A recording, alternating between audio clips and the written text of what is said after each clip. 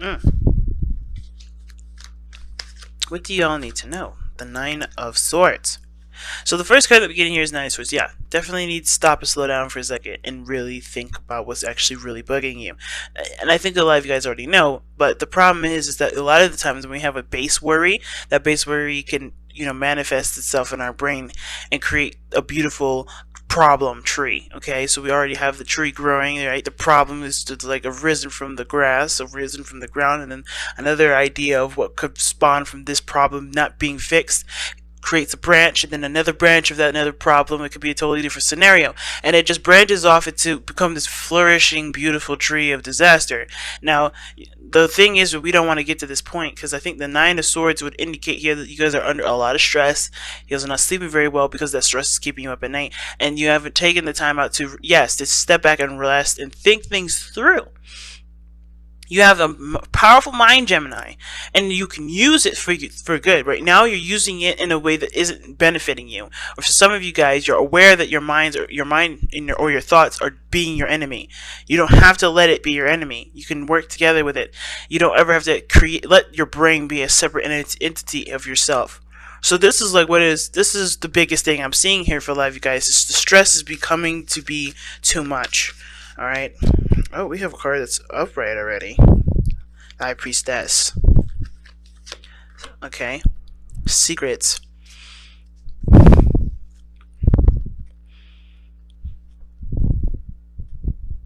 Something tells me that you guys already know the answer to what will fix your problem here with the Nine of Swords. And it may have to do with being patient and not actually doing anything, which is the hardest part. That's what stresses you out. There's actually no action that's needed to be taken. And because there is nothing to do, it makes you worry. Because you're not in a situation or in a position to actually move or to do something that would cause something. What's stressing Gemini out? Can we get something to understand what's stressing Gemini out? What is stressing Gemini out completely? What is stressing Gemini out? The King of Wands. Well, very blatantly, the King of Wands is stressing y'all out. You have the Aries, Leo, Sagittarius card, or mainly Leo. Somebody that's very proud. Somebody that's very, confident in themselves, very passionate. This person is stressing you out. This person right here is stressing you out. Now, this could be just nobody in your life at all. This could be your confidence and, your desire to travel, your desire to explore and be yourself, to do something fun and have something going for you in your life. Because there's stagnancy that says something here, right? The Four of Swords talks about taking a break, not doing anything, resting, reflecting, and then the Nine of Swords. Some of you guys, here's the situation. Either you guys need the time to take a break, take a moment to recognize that something's, either recognize something's bugging you, or take a moment to just kind of break away from what's bugging you. Stop taking so much action, stop doing so much, being such an active individual, and just rest, right? Just purely just rest. Now, and then the other end is that some of you guys have been resting, have been taking some time out, and it's bugging you that you don't know what to do to get your energy up, to go out and do something that's inspirational and motivates you to continue to push on. Right? So some of you guys are having a hard time or struggling to be motivated to do something. Okay? Now, at the same time, this could be a totally different individual. This could be someone that you're dating, and like I said, a Leo, Sagittarius, or an Aries. This can also just indicate that this is someone around you that has characteristics of the King of Wands. Very passionate, very energetic, always doing something, the life of the party. They're full of energy. They can be very aggressive, and they can also be, very demanding. They may want their freedom, but the thing is, it's like this person is very self-absorbed, right? So, there may be some issues with this individual in regards to how they perceive themselves and how they perceive you, how they are considerate in the relationship or not. Now, the King of Wands is never inconsiderate to the people around him. He knows how to take care of himself and make sure his needs are there first, while not necessarily compromising or doing something terrible to someone else. He's not a horrible king. He's just very focused on the self, but he doesn't focus on the self that would inconvenience anybody, that would, that would show unkindness to anyone else's and anyone else's experience. He doesn't want to affect other people's experiences directly. It's not that he wants to just destroy your life or do something in your life. If he wants to spend time with you, that's great. He knows that it'll affect your experience, but none in which there's malice behind. But let's go ahead and take a look as to why the King of Wands is exactly causing you this much stress. One more card for it. The King of Swords. Damn. You got the King of Swords and the King of Wands in this reading. So King of Swords, the King of Wands. The reason why the King of Wands is giving you a headache is because of the King of Swords. Now, the King of Swords could be you too, Gemini. It could be you, or Aquarius, or a Libra. But the thing is that maybe this person has gotten cold. This person is not active anymore. This person is not taking action. Maybe this person has kind of resided a little bit to kind of become very defensive and very argumentative and very aggressive. I already said aggressive twice. It could be that this person is not really making a lot of sense. Okay? Because I think how this works is that this person may have a lot of energy, a lot of fire, a lot of passion, but they don't really commute. It doesn't really make sense to the King of Swords here. Okay? Some of you guys, especially those of you that are in the same sex relationships here, this is going to indicate here that you guys are having a dynamic of logic and an emotion, right? Logic and just being. Someone's thinking too far ahead, someone's thinking too much, while the other one is not thinking enough. Right? The King of Wands would not be thinking. He's just like, okay, this is what I want, I'm going to go for it. This is what I believe in, I'm going to walk in my truth. Not just talk about it and discuss it and hash it out, and he's going to walk the talk. The King of Wands walks the talk. The King of Swords, he walks the talk too, in a sense, but he'll always have that debate. He'll always communicate. He'll always think it through. But the thing is, the King of Swords is also very stubborn. He already knows his truth. He already knows what he wants. He already knows what he's going for. And I feel like the King of Wands and the King of Swords can powwow together pretty well. But when it comes to rational understanding, these two are starkly different. So, definitely a fire sign and an air sign energy, or just like the comprehending one another's understanding of things. Somebody doesn't make sense in this situation, or somebody is seeming like they don't make a lot of sense, but they're truly just following their heart. They're going by what feels right versus what is right. What feels right to them versus what is legitimately right. What moral code is up. Okay. Why is this? What is this? What is this? How is this affecting the love life specifically?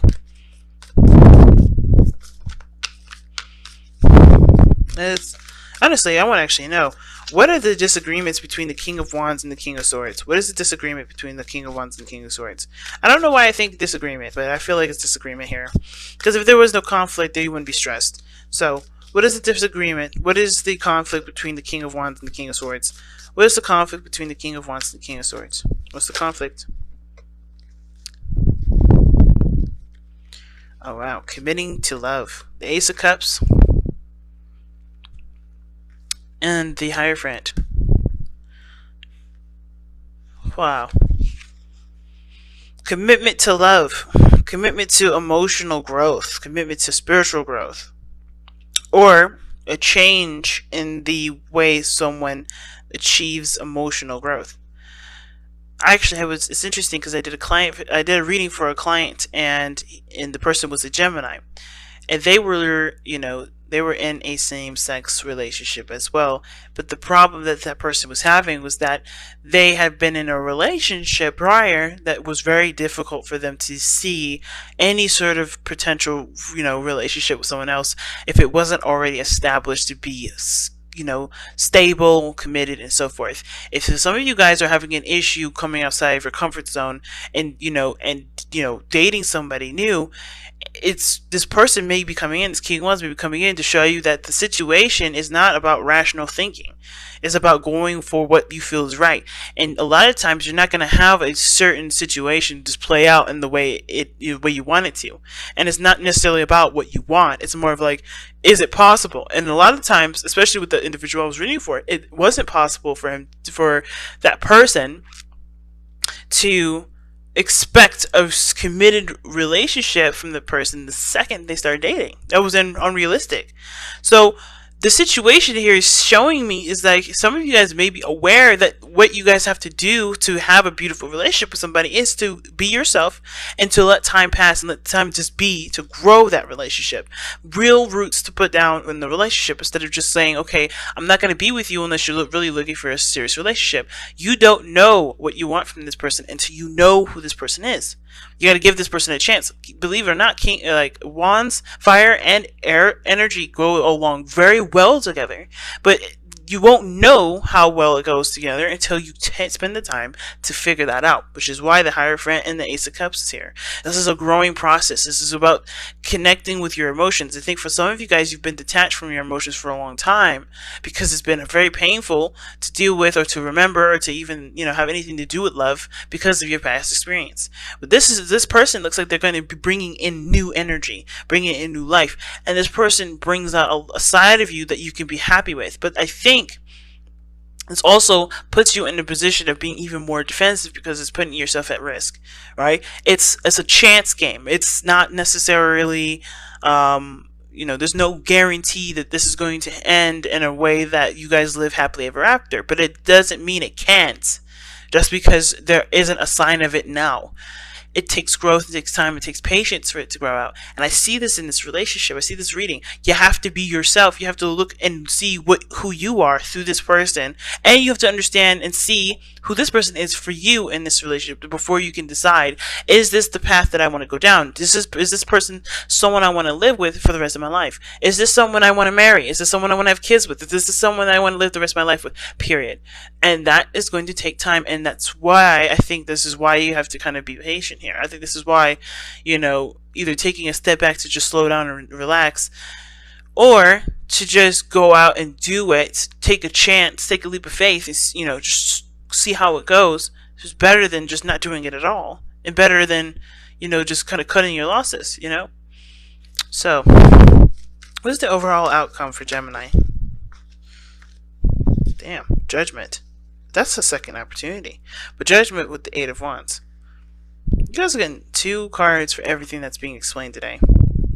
Underneath that is the Two of Pentacles. You have to make a decision about what it is that you want, what is of value to you. And I understand that there is this desire to settle down and just, you don't want to take anybody that's not going to truly settle with you, or that's truly going to look for long-term commitments. You shouldn't be looking for it either.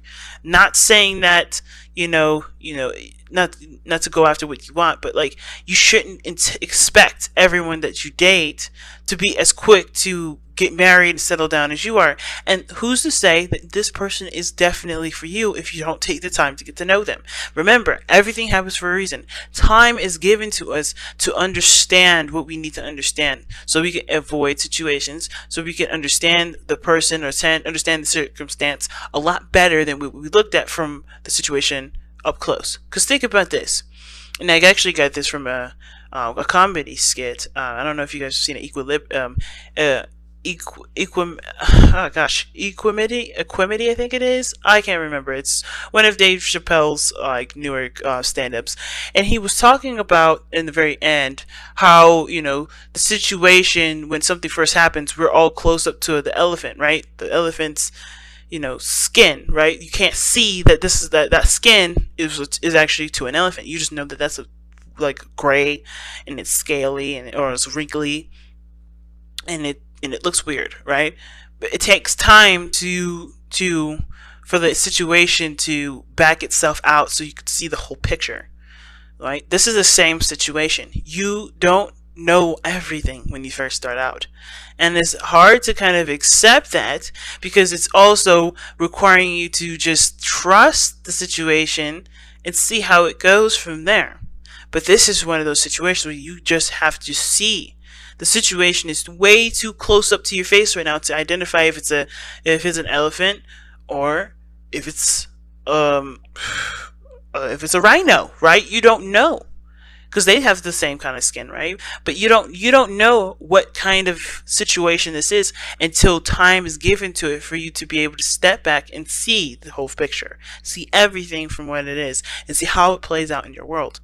So give it the patience that it needs, because what this last two is showing you is that this is judgment in the Eight of Wands. There's some sort of opportunity that comes up that requires communication. It requires the flow of progress, right?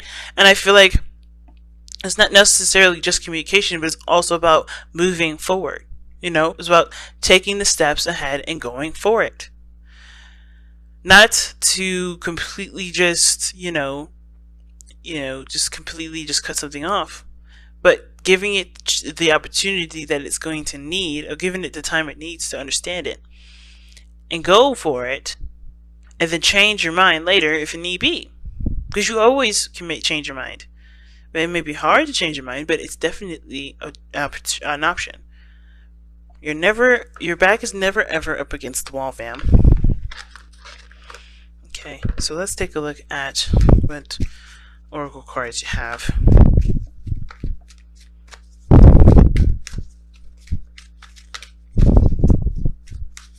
Alright, what does Gemini need to hear from Messenger Oracle?